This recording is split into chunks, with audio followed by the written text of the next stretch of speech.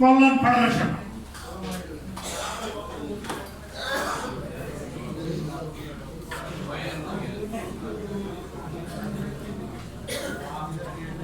আসসালামু আলাইকুম ওয়া রাহমাতুল্লাহ।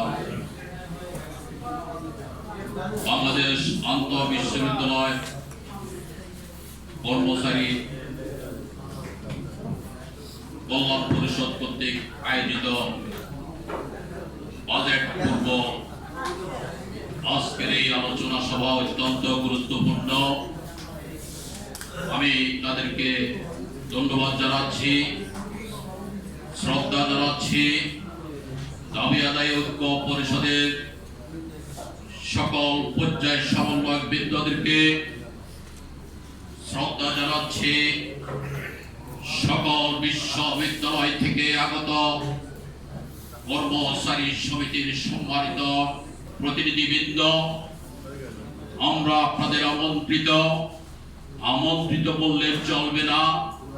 আপনারা জানেন আমরা বেতন স্কেল বাস্তবায়নের জন্য আপনাদের বিশ্ববিদ্যালয়ের মধ্যে আমরা পলিসি করি, আমরা কাজ করি, আমরা সকল সিদ্ধান্ত গ্রহণ করি।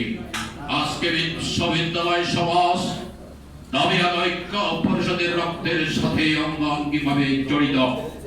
অতএব আপনারা কখনো যেখানে যে প্রোগ্রাম করবেন, এই প্রোগ্রামে দাবি আদায় ঐক্য পরিষদের বিনা দাওয়াতে উপস্থিত হবে, এটাই আমাদের মানবিক সিদ্ধান্ত। প্রিয় ভাই ও বোনেরা, আজকে নবম পে স্কেলের কথা বলতে চাই না, আজকে 11তম পে স্কেলের কথা বলার জন্য আমাদেরকে মাঠে থাকা উচিত। যদি সরকার 11 তারিখ নবম দশম কামিন 11 সমন্বয় করে বৈষম্য মুক্ত করে যদি পে স্কেল যদি ঘোষণা না করা হয়, দাবি আদায় ঐক্য পরিষদের প্রোগ্রাম আছে 12 তারিখ প্রেস ক্লাবে সারা বাংলাদেশে 11 থেকে 20 গ্রেডের সকল পর্যায় কর্মচারী ভাই বোনদেরকে আগামী 12 তারিখের প্রেস ক্লাবের প্রোগ্রামে থাকার জন্য, উপস্থিত থাকার জন্য, প্রস্তুত থাকার জন্য আমি আজকে মঞ্চ থেকে আহ্বান করছি। প্রিয় ভাই ও বোনেরা, আগামী 11 তারিখ বাজেট অধিবেশনে বৈষম্য মুক্ত যদি কোন নির্দেশ কোন আদেশ যদি না আসে, তাহলে দুর্বার আন্দোলন সারা বাংলাদেশে টেকনাফ থেকে তেতুলিয়া ছড়িয়ে যাবে। আমি সাংবাদিক ভাইদেরকে অনুরোধ করব, প্রিয় ভাইরা বোনেরা, আপনারা 11 বছর আমাদের পক্ষে কথা বলেছে, আমাদের পক্ষে কাজ করেছে। আমি মনে করি এখন পর্যন্ত প্রজাতন্ত্রের রাজকর্মচারীদেরকে মুখা রেখে যারা রাষ্ট্রের উন্নয়ন করতে চায়, তারা মুখার স্বর্গে বসবাস করছে। ইতিমধ্যে আমরা প্রমাণ করে দিচ্ছি, মাননীয় প্রধানমন্ত্রী 10 দিনের মধ্যে আমরা যে কার্ড আপনাকে প্রস্তুত করে দিচ্ছি, আমরা আপনাদেরকে কৃষি কার্ড, আমাদেরকে সকল প্রকারের কার্ড আমরা কর্মচারীরা প্রমাণ করে দিচ্ছি।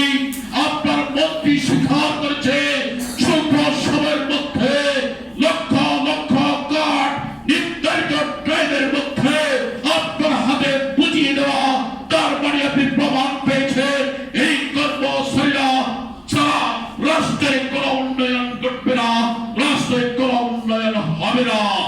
আমরা আপনি দীর্ঘ 17 বছর এদেশে নির্বাচন ছিল না, একটা সুষ্ঠু পদ্ধতিতে আপনি নির্বাচিত হয়েছেন মাননীয় প্রধানমন্ত্রী।